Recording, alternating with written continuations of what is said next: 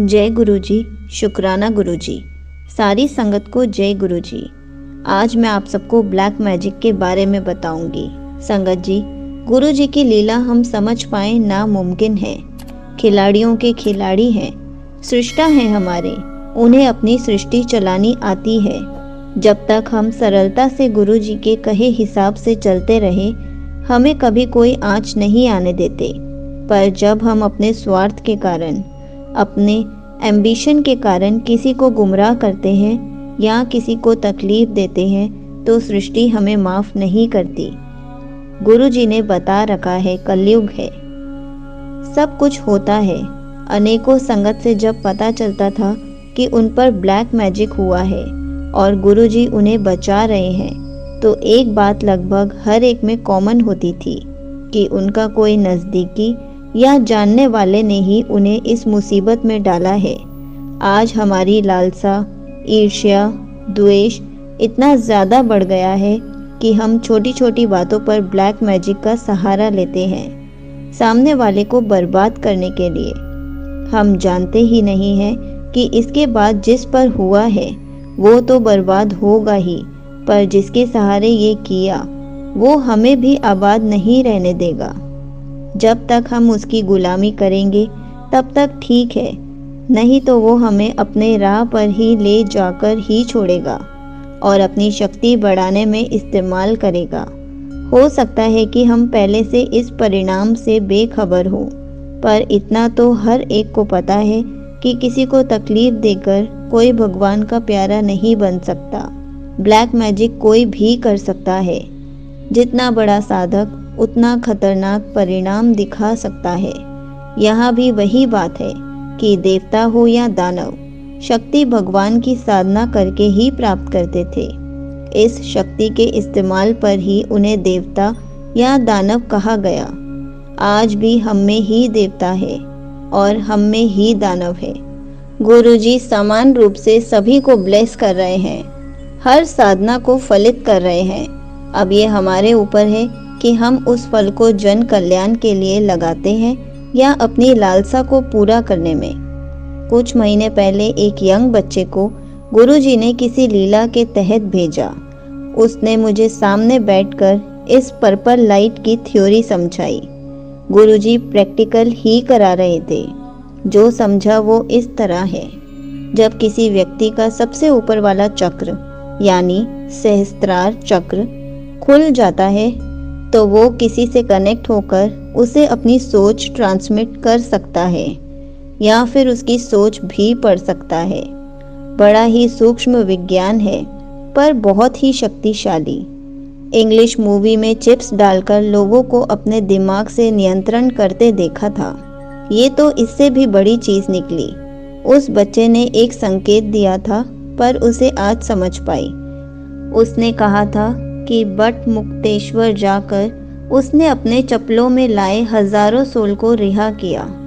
किसी की याद दिला गया था वो, पर बाकी सभी को लगा कि ये तो पता नहीं कैसी उल जुलूल बातें कर रहा है।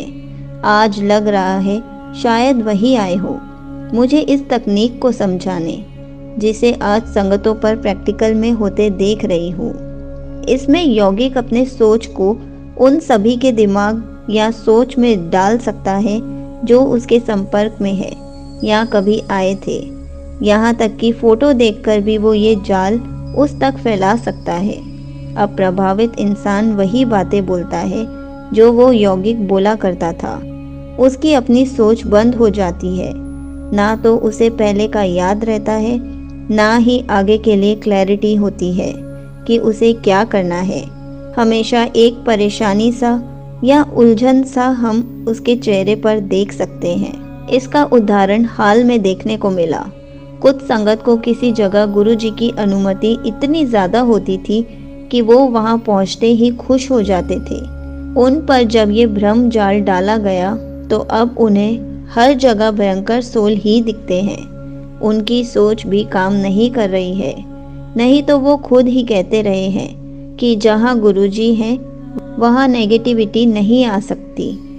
अपनी बात का समर्थन करें तो उन्हें समझ आ जाए कि पहले जो विज़न देखा था वो सही था या आज का, या फिर दोनों भ्रम ही हैं? गुरुजी सभी को भ्रम जाल से निकालते हैं, इन्हें भी चेतना में लाएंगे। 3 दिन पहले कह रहे थे कि तिलस्म से मुक्त होने का समय आ गया है, जहां पॉजिटिविटी ज़्यादा होगी, यानी गुरुजी के सत्संग होंगे या मंदिर होगा, वहां आसपास की आत्मा मुक्त होने के लिए जमा होती है। ये कठोर सच्चाई है कि हम हमेशा इनसे घिरे होते हैं, पर ये हमें नुकसान नहीं पहुंचाते हैं। ये खुद हमारी सहायता से मुक्त होने आए हैं। हाँ, इनके आवरण या इनके उपस्थिति से थोड़ी बहुत परेशानी होती है। जो नुकसान पहुंचाने वाले सोल हैं, वो सत्संग में आकर नहीं बैठते और गुरुजी उन्हें अपने सत्संग को ज़्यादा देर तंग करने नहीं देते, उन्हें बाहर भेज देते हैं। तांत्रिक क्रिया का दूसरा तरीका है दिमाग को शून्य करके अपनी बात मनवाना, इंसान को नींद जैसे मदहोशी में रखना। इसमें इंसान कभी भी होश में होता ही नहीं है, उसे अपने बेसिक काम करने में भी आलस या परेशानी होती है। धीरे धीरे ये आलस उस पर इतना हावी हो जाता है कि वो कुछ भी करने लायक नहीं रहता। ये धीमे जहर की तरह काम करता है।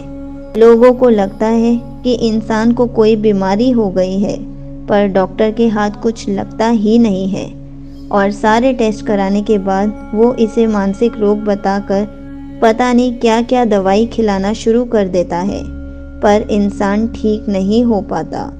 गुरुजी ने इसे भी प्रैक्टिकल करके समझाया है, दिखाया है। बड़ी तकलीफ होती है जानकर कि जिसे हम अपने नज़दीकी समझकर अपना सब कुछ शेयर कर रहे हैं, वो अपनी किसी छिपी महत्वाकांक्षा के लिए हम पर इस तरह से वार कर रहा है। तांत्रिक क्रिया उस पर काम नहीं करेगी जिसका विल पावर बहुत स्ट्रॉन्ग है या फिर जो बहुत ही प्रैक्टिकल है। इस क्रिया में हम दूसरे के दिमाग या सोच को ऐसे नियंत्रण करते हैं जिससे उससे डर पैदा हो। कोई बंद आंख में ये देख सकता है कि कोई लाश उसके साथ बैठी है।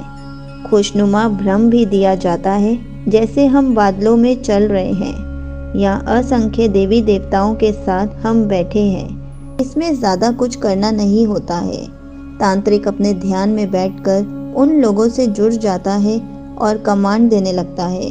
सोचो, तुम फ्लाइट में जा रहे हो और हम सोचने लगते हैं, हो सकता है हम ज़मीन पर बैठे हो, लोगों से बात कर रहे हो, पर अचानक हम सुस्त पड़ जाएंगे और उसके निर्देश के हिसाब से काम करने लगेंगे।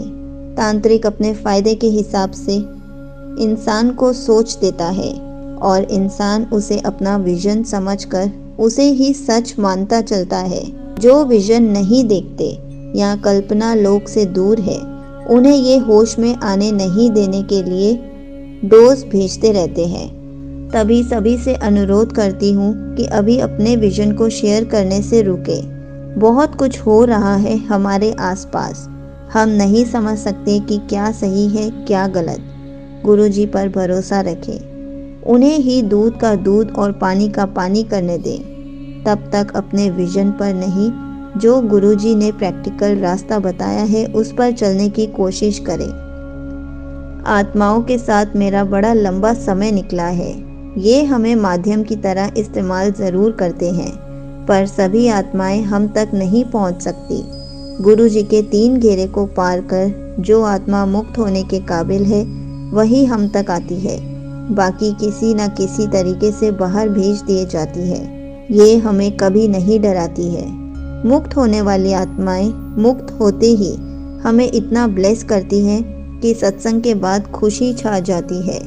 तांत्रिक द्वारा भेजे गए आत्माएं हमें तंग भी करती हैं और जब तक उनका मकसद पूरा नहीं होता आसानी से छोड़ती भी नहीं है, कई बार मौत तक पहुंचा देती हैं। इस युग में गुरु जी का ही सहारा है, हमें इन सब से बचा कर निकलना है।